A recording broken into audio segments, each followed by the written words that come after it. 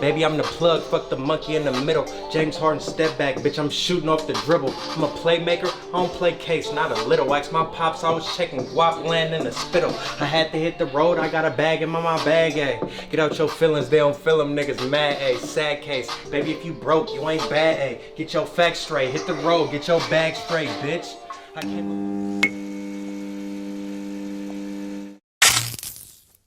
Pops told me in this life, when you fall, never quit. I'm just trying to chase a bag while you running off the lip. Disinfect, disrespect, Brody, keep it on his hip. I'ma keep it 100 till it's time for me to go. But in the meantime, I'ma chase hundreds to the throat.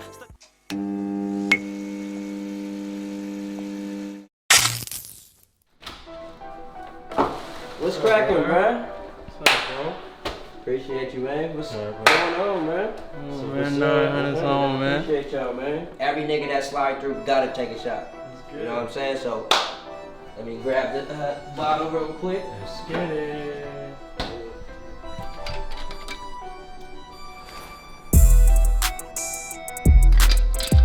Straight like that.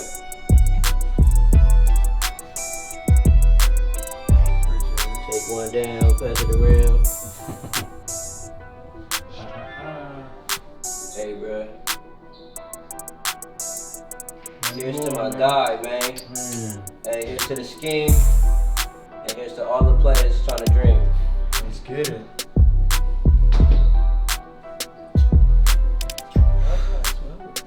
Man. So I hooked you up with the carne asada tacos. You got your carne asada right here, bust down on the grill, nigga, with the special sauce that I marinated it with. You won't get it nowhere else but here.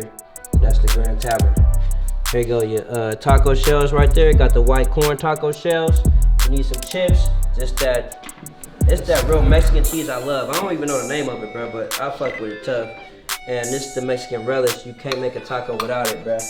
You eat cilantro? Yep. You eat onions? Yep. You eat lemon? Yep. You need it. Yes, sir. Bust down, bust down.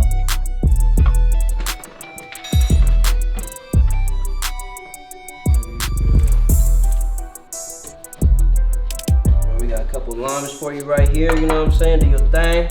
Boom, boom. Can I get you something to drink? Yes, sir. I got some Coronas, because we got tacos. And I got some water. I got some Pedialyte.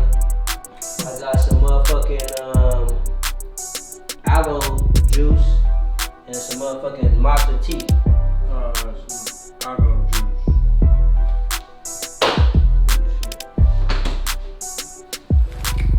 That original aloe drink, boy.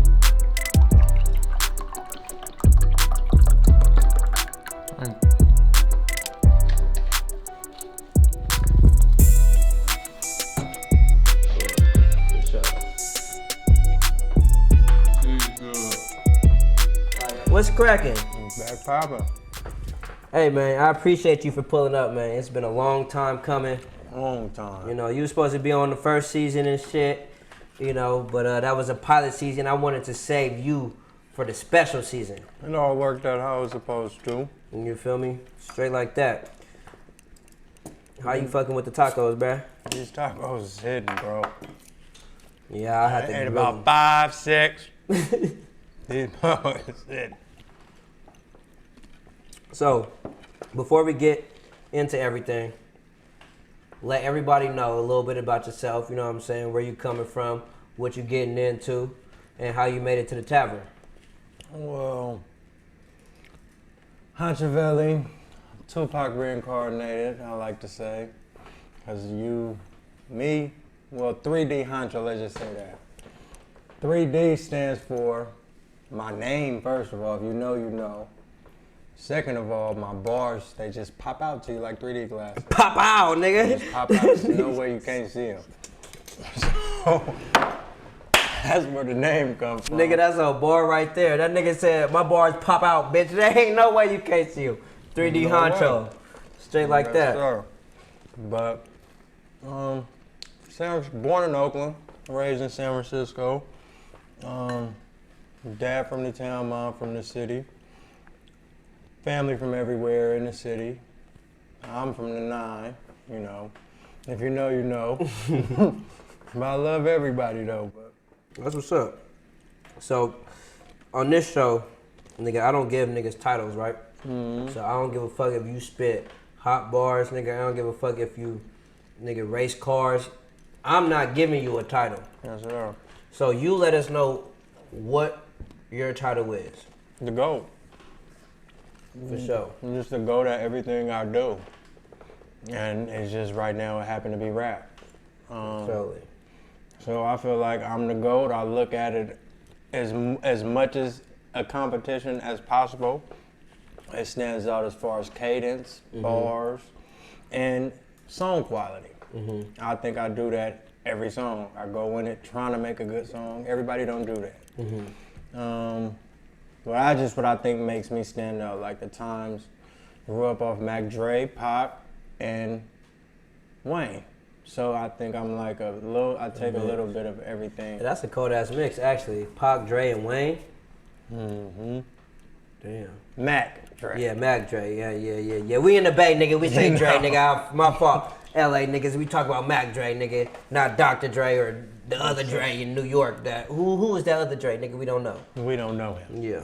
But in general, The Furley Ghost himself. the Mac, straight like that. I don't know which one I like the most. I know it's not Wayne, but it's either Pac or Mac Dre for me. Is your top two? Your favorite? Those are honestly my top two rappers. You honestly think that Mac Dre is a Yes. top two rapper? Yes. Lyrical, swag, and song quality.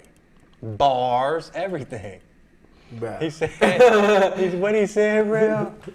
He said, I'm up like Denny's. What he said?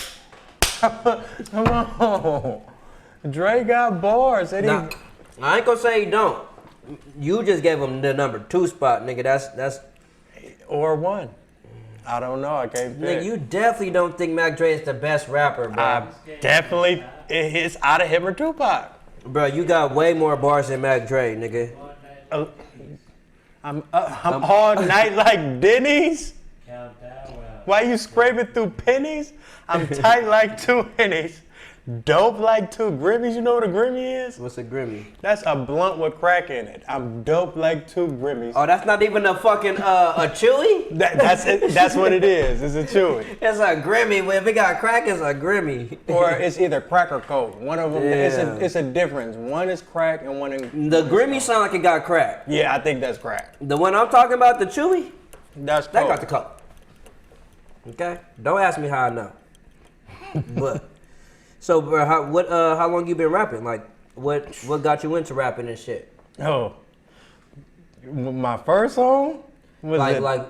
were you What like, made like me was wanna you do was you in middle school writing rhymes and shit? Was you? I was in middle school writing rhymes for sure. and you was trying to record and shit in middle school? No, that didn't come till high school. But my first rap was in the 5th grade, and my mom wrote it. We're hard. My mom wrote my first rap.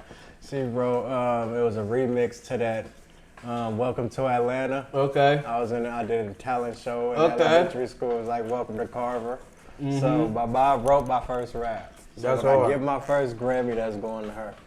Bro, that's hella hilarious, bro, because I ain't no rapper and shit, but, you know, niggas, I'm a nigga. We all dabble in a lot of shit. So I dabbled in rap before. And my first rap, nigga, was actually written by one of my friends to this day. His name is TG Black. He go by, shout out TG Black, by the way. This nigga wrote my first rap for me, bro, like 4th grade. He was in 5th grade. We had a combination class, 4th and 5th grade. He was in it with me, and we lived like 2 doors down from each other. So him and a couple other niggas was gonna rap. So I'm like the 4th grader. I'm like, nigga, let me rap too. So they was like, all right, for sure. And this nigga wrote me a rap, nigga. I still remember that shit to this day. That shit was fire, nigga. And they had me up there on a triangle. Like, you know how you put 2 niggas together and one nigga come like this? Nigga, we came together at the assembly. I got up there because I'm the lightest, skinniest nigga on top, nigga spitting my rap. Everybody started going crazy. But that's my first time rapping too. That's And hilarious. the energy you feel, that I fell in love with that, bro. It was over from there. And you just start writing hella raps after that? Or what? No. Then I got reintroduced to middle school. It started with poetry, really, like language arts class. That's the only thing I do in language arts. Real was poetry. niggas only, nigga. Language arts and PE. in PE. Boy, you know, similes and all Exactly. that Yeah. haikus and all that. So I wrote a lot of poetry. But I wasn't good at rapping after. Like my cadence, I didn't know how to rap. I could write, but I couldn't rap. And I didn't like my voice. I didn't start liking my voice till after I met you, really. But it was just, I'm around a lot of these dudes that's rapping and they sounded good to me. Like, you know, and that's what I want to do. And like I said, I make everything a competition. And we can see who spit the farthest. I'm going to try to do it the best, period. So I knew I wasn't where I wanted to be, so I just kept working, kept writing. And I'm smart with words. So it just got easier with time. What's the first time like you wrote a song and like put it out like that for other people to hear? I was probably I wrote in middle school. I did that. I didn't have it produced yet, but I wrote the songs and I used to spit it to my friends and stuff. Oh, for sure. So a lot of people knew me for rapping a little bit. Like I was like most anticipated. Like, bro, you dope. What's going on? Yeah. Before all these waves was riding. So. What about song? Like, what song? Like, you remember the first song you actually like went to the studio, recorded, and was like, nigga, I'm about to be a rapper? What song was that? At the preceding. It was a remake to Ain't I. That was my first song I produced. That Young LA? Yeah, the Young LA. We redid my rest in peace, my guy John Boone and Boys. We had did a remix to that, and then from there we did it at the Excelsior Boys and Girls Club. We recorded it ourselves and everything. Sounded horrible, but it was, it started from there, and then from there we started trying to pay for studio time and stuff like that. Still not knowing what we doing, but trying to make music, not even looking at it for no money. Like, don't even know how making music and money go together. We don't even know how it exists. So we just making music for real. And from there, I met you. Then I started wanting to make money from this shit. Wait, so before, like, you just wanted to do it. You wasn't trying to make no money. You just. No, like, it was just a way for me to relieve stress. Like, but you wasn't trying to become a rapper. No, not really. Why not? Why you wasn't? I wanted to be a hooper. I wanted to play basketball. There we go. And then you start getting to high school, 10th grade, and you see your stop grades ain't growing that and good, shit. and you ain't 6'7". So then I tried to find myself again, and I didn't know I was good at rapping. People had to, like, I don't know, I'm my own worst critic. Like, so I could write some shit, and y'all might like it. But to me, if I don't like it, it's weak. I done wrote like 8 bars, hot bars probably to somebody, and then throw that shit away. Don't even use the bars or try to reconstruct it or just throw that shit away because it don't sound tight to me. That makes sense. So I get it in my own ways. That makes sense. So you was talking about when you met me, you started thinking about making money off of it and shit. I'm gonna get into a little bit about like how we met and shit. Yeah.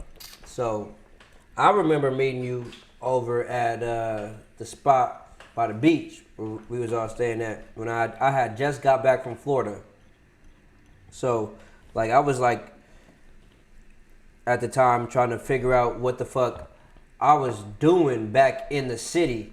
I had literally came back because my brother, you already know Westside Jazz, whatever. Nigga had, I was rapping a little bit in Florida, like putting out videos and shit. Then my brother started rapping, and the shit was way better than mine. He was on some exticulary shit. You feel me? So I'm like, hey, bro, you taking this shit serious? I'll come back. So he came back, and we, started doing the grand scheme shit. And that was like right when I met you. I think, nigga, yeah, you was at the first party that we threw. Yeah, definitely. Yeah, you at the exactly. top of San Francisco. All that shit was top of Daly City. Was brand motherfucking new, bruh. Well, my question to you is, when we first met, right? What was your impression of me? Like, what did you? I thought you was weird, bro. Like, not like bad weird, like you just different. Like, you your own person. You got your own swag. You like, basically, you don't give a fuck. I learned a lot from you, honestly. Like, thinking back on this shit, where I was at in my life and why I was at y'all house and stuff like that, the shit I was going through, I needed to meet you at that time.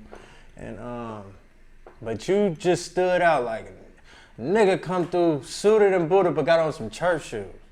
Like, and don't give a fuck. Nobody can't tell you ain't clean. Like, so I got that, like, your confidence stood out, your energy stood out. But I thought you was weird, bro. I thought, like, he different. He tight. Like, that type of weird. See, because the whole thing that, like, grand scheme, like, what we were trying to do, or what I am trying to do with it, is, like, that specific thing you just said, make niggas feel like, damn, like, the fuck, okay. You know what I'm saying? Like, there's a different way to go about shit. You know what I'm saying? That's the whole, you know, if you even look at the mermaid and shit, the crescent, you know what I'm saying? It's different. Niggas ain't out here rocking no mermaid, but I'm a real nigga, and I'm a rock a mermaid. Nigga, that's what you like. Because mermaids is real niggas, and ain't nobody gonna tell me anything less. How about that? So, I do remember, though, being at that spot, right? Like, it wasn't the place where, like, niggas, it was like, this where we gonna be ultimately. This where this was a pit stop. Yeah, right. Exactly, right? So, I think the fact that we all was able to come together at that time, nigga, that led us to this point here.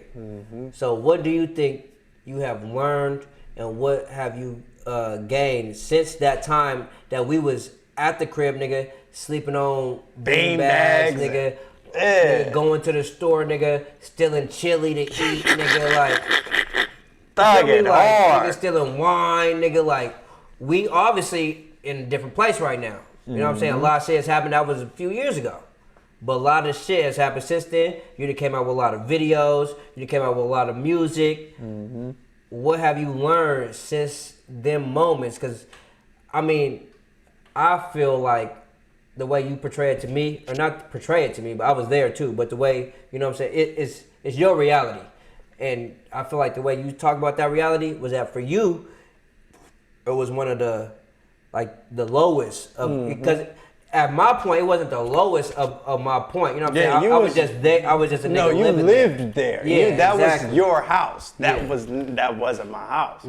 I was kicked out. I was I went from having my own spot with my girl. San Francisco went through gentrification. They bought our apartments, made everybody leave. And I went to my mom's house, and I'm a young nigga, rebellious, defiant, and you feel me? I just was at my own house, so to go back to your mama house, it didn't work out. So, you know, we had a mutual friend, Javon, like, been my best friend since like the 6th grade. So y'all was in a situation, y'all came together, y'all young men, y'all got y'all own spot, you feel me? And it's working. So I was fortunate enough to have a good friend to let me come. And before he even let me go in the living room, like, I used to sleep in his room on the beanbag. Like, this the space he paid for, so he gonna let me stay in here until he ran it by y'all. And I was it was bad, bro. Like, it was bad. Oh man, my girl ended up going to her mom's house. We going through hard times. So I feel like I ain't have nothing. I ain't have my mom. I ain't got no security. I just got this beanbag, bro, and this job. This beanbag. And this Smart and Final job, but it's. I do remember that you had that Smart and Final job. Overnight shifts. At night and shit, yeah. Because I was working overnight at the fucking hotel, so we would come up and we would be up at the same time and shit. Niggas in the living room smoking weed, nigga, or late at night. Just got off. What we doing exactly? Just got off. Like, what's cracking, bro? That shit didn't last with me though. From there, yeah, it just made that rapping shit look like it could be done though. Like, that show was my first show ever. No, That was like my third show. But that was like, I did some music stuff with my cousins and some dudes from down south. And I did a few shows down south. And Oh, that's lit. yeah, it was Where, good. Atlanta? Nah, New Orleans. Okay. Oh shit. Yeah, I was nigga, with my that's St. even litter, Bernard bruh. niggas, you know, my 7th Ward niggas. But it ended up, that, I don't know what happened with that, but still mess with him. He doing other stuff. Yeah. He was more like a you. Like, that's why I think when I met you, I was like, I could learn something from him because Weedy was like a you. Like, he started out as a party promoter. Then he was like, man, I'm tired of these niggas. I'm trying to push these rappers, but they not. I'm a rap myself. Yeah. And he did it. He did it. Doing shows, doing videos. He working. Come flying to Cali. He really putting work in. Yeah. Spending his money. And I learned a lot from him. Like, okay, well, shit, he chasing his dream. I could chase mine too, but I didn't know how. I just know how to rap. That's it. And at the time, don't even think I can rap that good. So it's not looking real. I'm trapping. That's what I'm doing. Selling my little pills, weed, trying to maintain, bruh. But I got good. I started seeing people reactions like, okay, I am cool. It always just started out from poetry, then like a cipher flow, like then a song. I couldn't make like hooks and stuff. I could just spit. And then the song creation came, and that's when it turned up a little bit. Me and you know what I'm saying? We've probably known each other for like good 4, 5, 6, since 2015. About So, 6 years. You know what I'm saying? Good 6 years now. And I feel like, to me, bro, you one of my good friends, nigga. Like, I talk to you about shit. You speak to me about shit. I know that you recently went through, you know what I'm saying, like a whole real incident and shit like that. You know what I'm saying? A life-changing incident. Is you want to speak on that a little bit? Yeah, we could talk about it.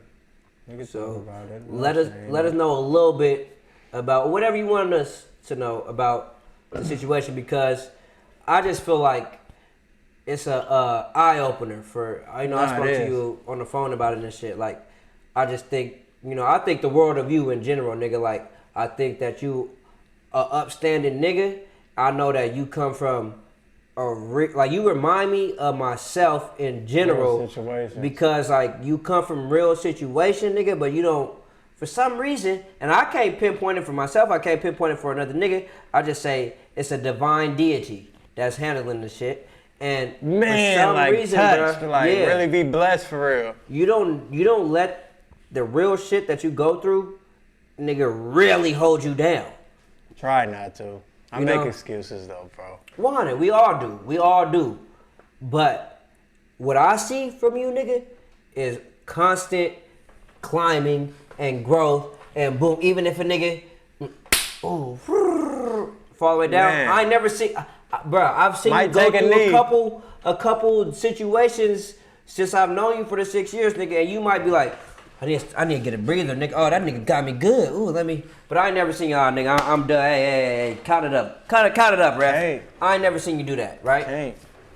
So, nigga, I'm gonna give you your flowers right now and tell you, nigga, I love you and I appreciate you, bro, because, bro, appreciate that. nigga, that you can go ahead and speak on it yourself, but in general, nigga, that shit inspired me, bro. In general. Man. It's really tough. It's really tough to talk about, honestly, because I still go through it, really. But for those who don't know, I had a situation September 21st last year with basically dealing with a firearm the wrong way. Almost lost my life. I changed my family's life, my mom, my son, fiance. So I was going through a lot, really. You know, as we all do, this PTSD stuff be real potent. You don't even know you're stressing out. So a lot of us, we use drugs, as far as syrup or maybe pop a perk, pill, something. You know, people do different things to take the pain away. When niggas talk about PTSD too, right, I'll just put this in there, like, motherfuckers don't understand, bro, that PTSD, they usually say, you know, niggas who come from war. That's most commonly associated with PTSD. War, niggas who coming home from war. That's PTSD. what we go through every But day. as niggas, if you living in the hood, bruh, I don't understand why they don't get this, because it's in your America, and you don't want to believe that your America has this shit going on. But it's war zones in your America. They know they entertained by it. Come on, bro. We grew, and this is where we grew up, in these war zones, like Iraq. Nigga, that's why they call it Chirac. If you want to take it a little further back, we grew up in these projects that was really for the navies during the war times. Like the projects in San Francisco, those are Navy bases and stuff like that. So they just, after the war ended, they put the niggas there. What you think we gonna do? Is everything bad here? The weather, you know, you stay around the corner from the shit factory. You born with asthma, like that was a big thing. So they put us in the bottom of the barrel and what they expect. So PTSD is fucking real. You don't just have to go to fucking the war across the fucking seas to have PTSD. Niggas in the hood can have PTSD because, nigga, you have got I suffer from it today. You can have got, you lost a parent, you could have lost a loved one to gun violence, to drug overdose, and anything that's in those elements of the projects. And a lot of niggas a lot of people don't understand how rare that is. Like to niggas, I don't think a lot of niggas understand how rare it really is to know a person who died of gun violence, or to see a nigga die of gun violence. You can go to your average white friend or your average Asian friend, your average whatever friend, and they don't have a nigga that died of gun violence. You know, we go through that 12, That 11. every nigga you know probably got a nigga that family member or about 4 or 5 before I was 18. Come on. So, From gun violence. From gun violence. That's PTSD, nigga. That's a war. That means they living in a war zone. If you know more than one motherfucker who done died from gun violence, you or whomever you know probably live in a war zone. And that's that. And it's just reality. Because I can't even talk to none of my white friends about They having can't 2 relate. people that died of gun violence. Never. To us, to niggas, that's regular, right? That should not be regular. Man, a lot of that's parents not our, bury that's their not our, kids to our people. Come on, bro. That's not regular. We only 13%. That's not regular. But continue with, you know what I'm saying? Like, you know, you was have PTSD, my nigga, Yep, I had taking just all lost- the shit to help him with the PTSD, including the lean, including the perks, including all this. You know all what the we Debbie do? Downers, the marijuana, and on top of that, I'm not making no excuses. No, it's not no excuses, bro. You telling the truth. You know, and I'm blind too, so I wear corrective contact lenses. I have an eye disease called keratoconus. My eyes shaped like footballs instead of flat, so it stretched my cornea out. The contact make me be able to see. So at the time, I'm, you know, high, been up for about a day. Off the shit. Off the shit, like no sleep. So, you know, if you know the fastest way to lose your mind is no sleep. And so I'm moving too fast. I just grabbed me a new strap. I probably got like 3 at the time. And I just grabbed me a new strap, and I was finna leave too. And my cousin had called me. He was asking me about my gun. So I showed it to him. And you know, you gotta take it apart. You gotta pop the clip out and take one out, take it out from up top, or if you have one up top, you gotta take the bullet out the chamber, and then you pull the trigger and the slide comes off. But you always got one up top. But we always gonna have one up top. No, not in the house. I don't do Okay. that. That's not what I did it wrong. Like I said, I was up too fast. I was moving too fast, and I was up on all the stuff. So, and you know, you gotta pop the clip out, pop the one up top. I popped the one up top, then pop the clip out. So all I did was load the gun. I did it. I was moving too fast. So, and people think you shot yourself. So you shot your no. That's not what happened. I pulled the trigger to pull the slide off, and it hit off my sink and ricocheted into me. And they say I got shot twice. I don't understand that because the clip was out. And so I'm thinking, I had a 10 milli, but I had 40 shells. I had Glock 40. You could the shells is interchangeables, and so I had Glock 40 shells in my 10 milli, and I think the bullet must have split or something, or when it ricocheted, it split, cause I got hit twice. With one bullet? Well, it was only one bullet in there. The clip was out, so I popped the clip out, and I pulled the trigger to pull the slide off, and when I did that, it shot, hit my sink, and hit me. Midday, and I'm on the phone, like, and it's so crazy. Oh, it happened while you was on the phone? I was on the phone. I was showing my cousin my gun, like I'm showing it to him. I'm breaking it down for him. I know how to mess with guns. So and that's what me and my girl be talking about. She was like, I don't know what happened, because I know you be safe with them. Like I see you.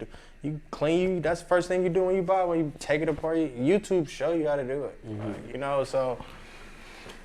It just, I feel like, honestly, it was a sign from God, because it tested my faith, it tested my will, it tested me. Like, honestly, that was the toughest shit I had to go through besides losing a loved one. That was the toughest shit I ever went through. Didn't hurt as bad as I thought it was. It hurted, don't get me wrong. Like, anybody say they got shot and it didn't hurt, that's a lie. That is a lie, they're a lie.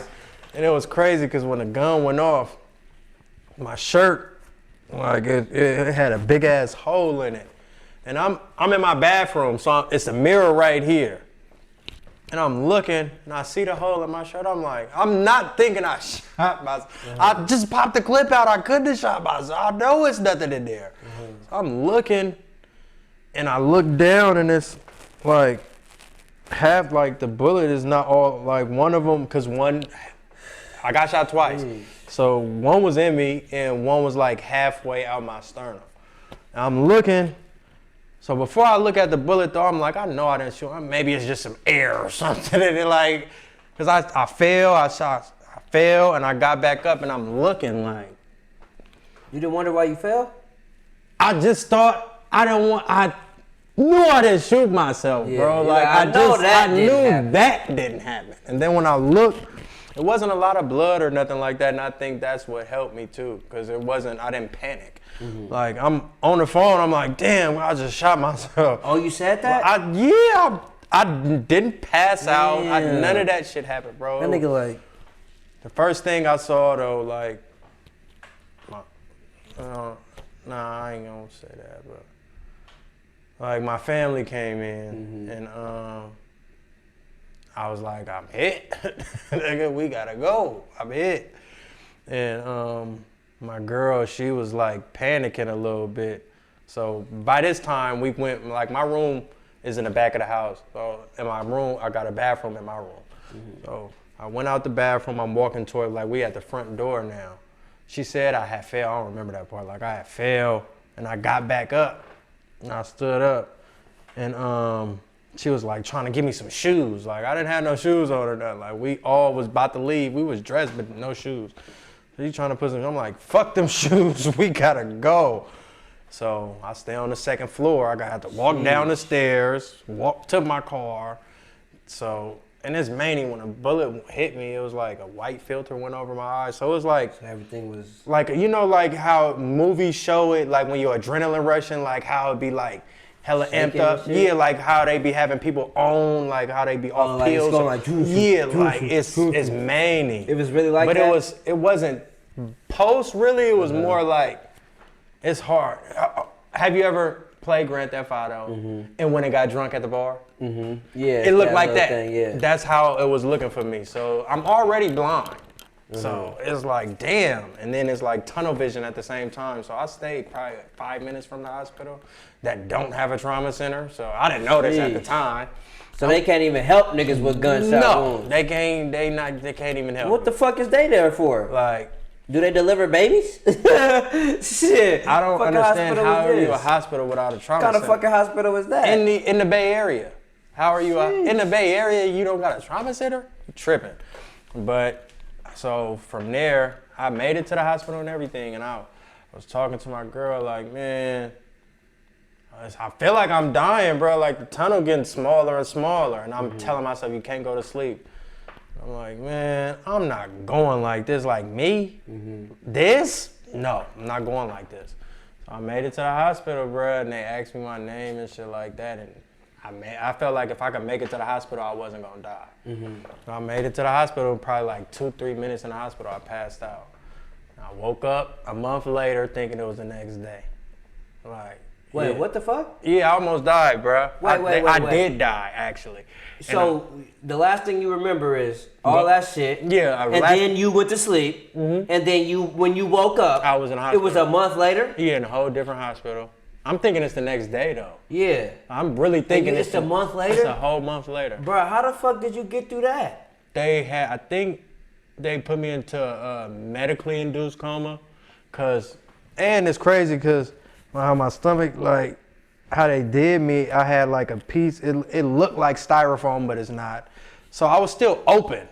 Like, so I had a piece When you got to the other hospital? Yeah, I was still open. They didn't close me up. I had went through something in the hospital. They thought I had an infection in my stomach, so they had to cut me open, and that's when they closed me.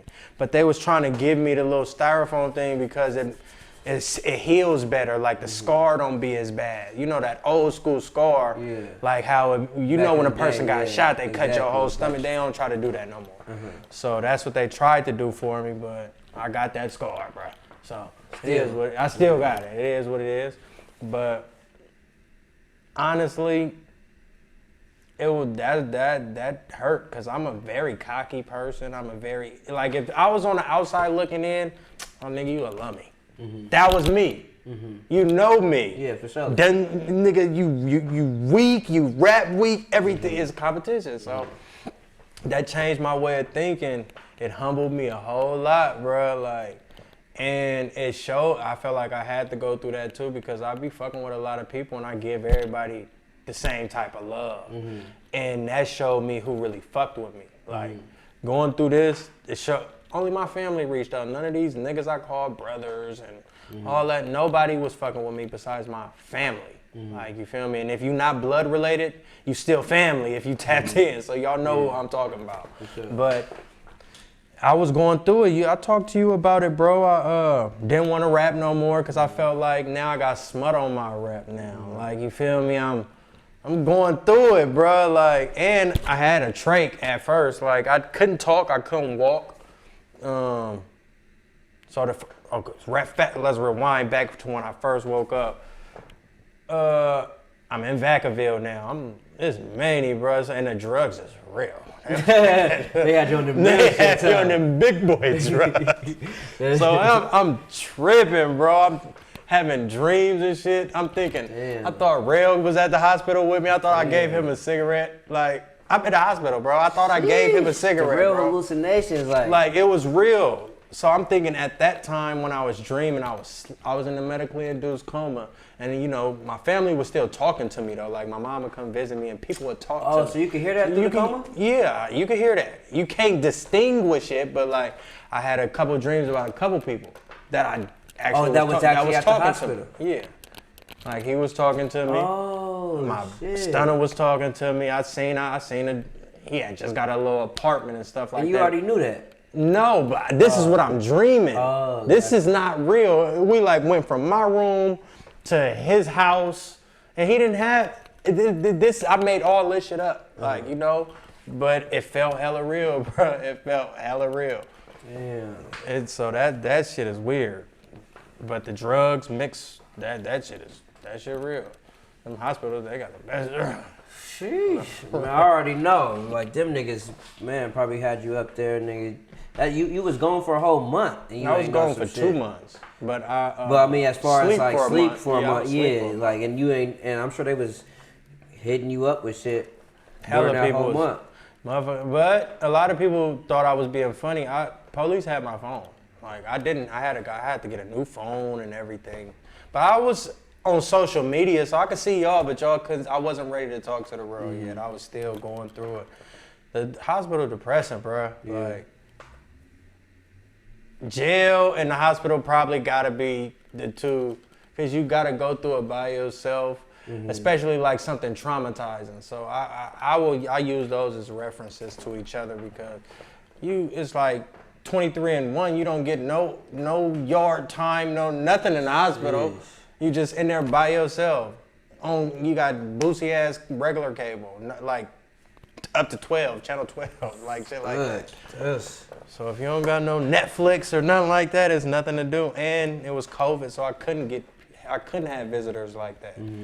It was real for me, bro.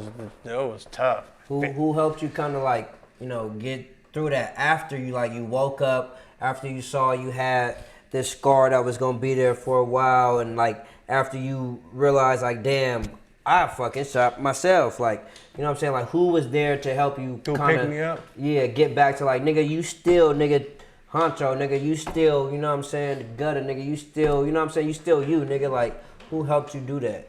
Really, I'm still going through it too, so it's still growing, but the main three who got me through the hospital was my girl, my mom, and my dad. Like, they was going crazy for me. Really, my girl I talked to her every day, and so I only got to see her a couple times. So, due to COVID, I only got to see her probably like 3 or 4 times. But my mom and my dad was there, because they were able to come. Yeah. Even though like you could have so I was able to have 2 visitors. During the time you only could have 1, but my mom and my dad don't really see eye to eye, so they made an exception for me. So they both can know what was going on. They let both of them come. So some days my dad would come, some days my mom would come. Gotcha. And really, like, my dad was in there rubbing my feet, like, you feel me, cutting my face, lining me up. He was bringing me back, like, trying to get me ready, because the world, I'm in the hospital, so the time is not moving for me, but the world's still going, like, and you got to be ready for that. As far as being gone and going through what I went through and doing it to yourself and shit like that, the world don't give a fuck. It's gonna be hard at the same time, so you still gotta fight. Like, what helps me is ain't no nigga ever did nothing to me in these streets. You feel me? And then me doing that to myself didn't take away anything I've done in these streets. But I had to still go through that process. Like, we got Cheddar Bobs, we got all these niggas that we can laugh at, bro. Yeah. Until it happened to you, it don't be real. Like, I'm still like, damn, bro, you really shot yourself, bro. So, with that being said, like, obviously it's shit, nigga, it's a huge problem with guns in our community in general. Rather niggas feel the need to have them to protect themselves, rather niggas feel the need to have them to be cool, rather niggas feel they need to have them to get on as a rapper, whatever it may be. We got a huge problem of gun and gun violence, no matter if it's giving back and forth or like you said, you know what I'm saying, you was just cleaning your shit and whoop-de-whoop. I don't know, like, how do you feel about guns? Just after everything that you, because it wasn't like a nigga shot you, right? Yeah. So if I feel like if a nigga shot me, I might feel like, nigga, give me more guns. So because you got somebody to take it out on.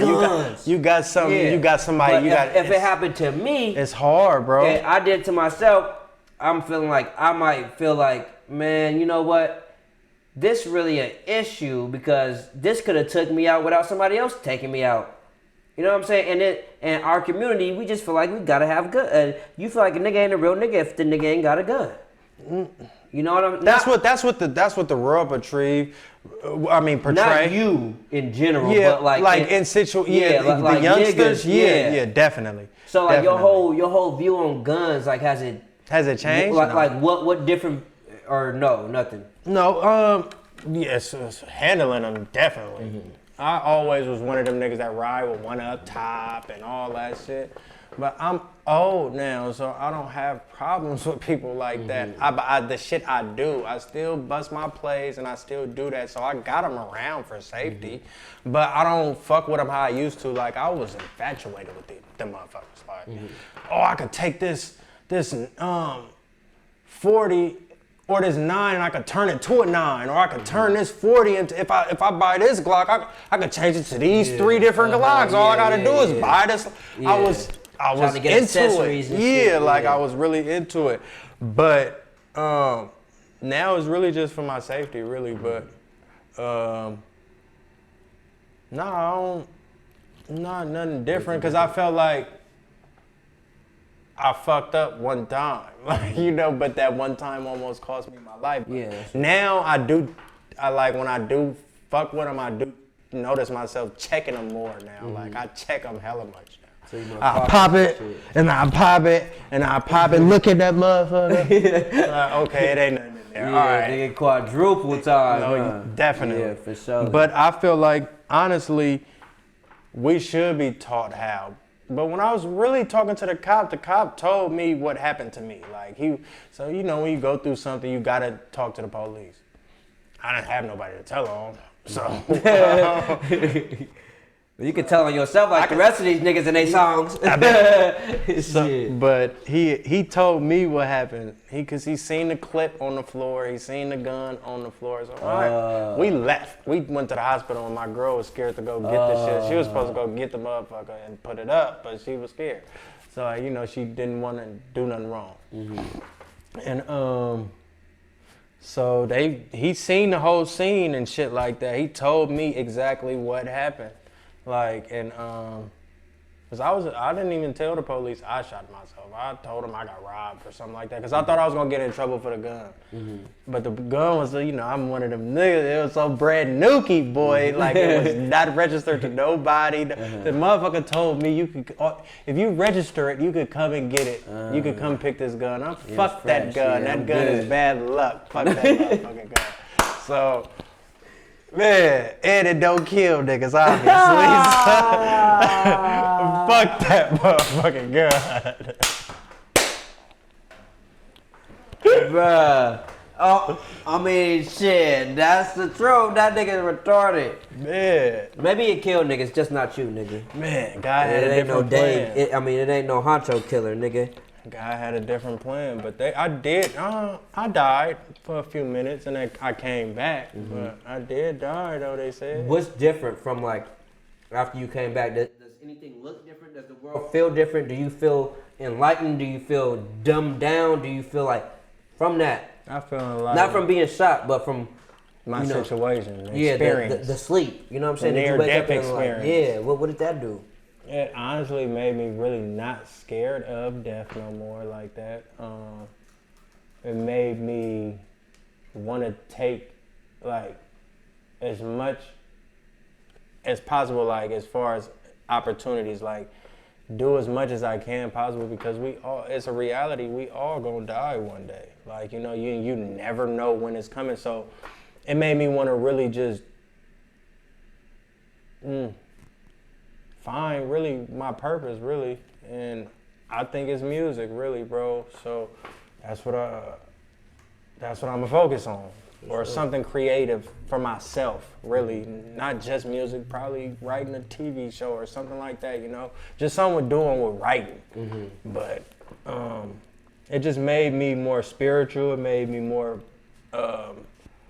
humble. It made me more appreciative of the little things, because all I was able to eat was ice. Like, food is good as fuck. Jeez. Like, man, so just the little shit, sunny days and shit like that. Like, so it just was a real experience for me, and I'm still dealing with.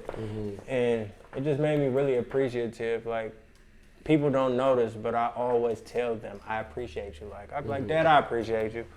Like, I just want y'all to know, so if anything happened to me, I want you to know I love you and I appreciate you. Because you never know when the clock gonna hit zero, bro. Yeah. But it really made me not scared of death, and it made me wanting to work for myself, really. And get a word of God. And my testimony is through this music and telling my story, then that's my testimony, and that's what I'm gonna do. That's what's up, man. I appreciate you, bro. I love you, bro. Like, I appreciate you for being here, nigga, and like even be able to sit down with you, bro. Just think, nigga, you was supposed to be on season 1. Had that shit gone the way you felt the gun should do, we wouldn't be sitting here, bro. And this is my first time, nigga, sitting down with you, bro, talking to you face to face, my nigga. And I appreciate the fact that you willing to do it right here on the tavern, nigga. Got to. With me, nigga. Each one teach one, Come bro. on, bro. I appreciate you, bro. You already know the love I got for you, my nigga. Definitely. For sure, bro. I'm glad to see you, nigga. And your story is deep and shit, but it make me feel good, nigga, to be able to hear it from you because you here and not hear it on the podium because you in the casket behind the fucking stage. You know what I'm saying? You know what I'm saying? Like, bruh. Definitely. Hey, I appreciate you, bruh, and I love you, my nigga. I want to let you know, nigga. And you gonna be lit as fuck in the Bay, nigga, because you next up. Let's get it. 100%, bruh. But, nigga, before we close all this out, you want something else to drink? Are you good? I'll take a shot. All right, well. I'm gonna take a shot for my little cousin Snoop, man. Rest in peace and 900's finest, man. Long live Snoopy. 100. You want to take a shot right now? Because we got the drinking segment after. You can handle that? No, we could just. So, with that being said, nigga, we finna head to the Exticulary Lounge, nigga. Let's get it. And we gonna get on the scheme bag. Let's get it. 100.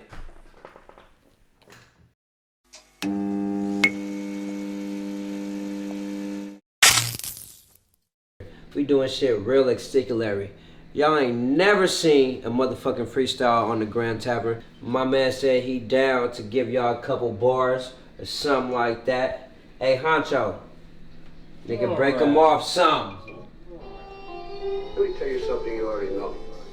The world ain't all sunshine and rainbows. It's a very mean and nasty place, and I don't care how tough you are, it will beat you to your knees and keep you there permanently if you let it. You, me, or nobody is gonna hit as hard as life. But it ain't about how hard you hit. It's about how hard you can get hit and keep moving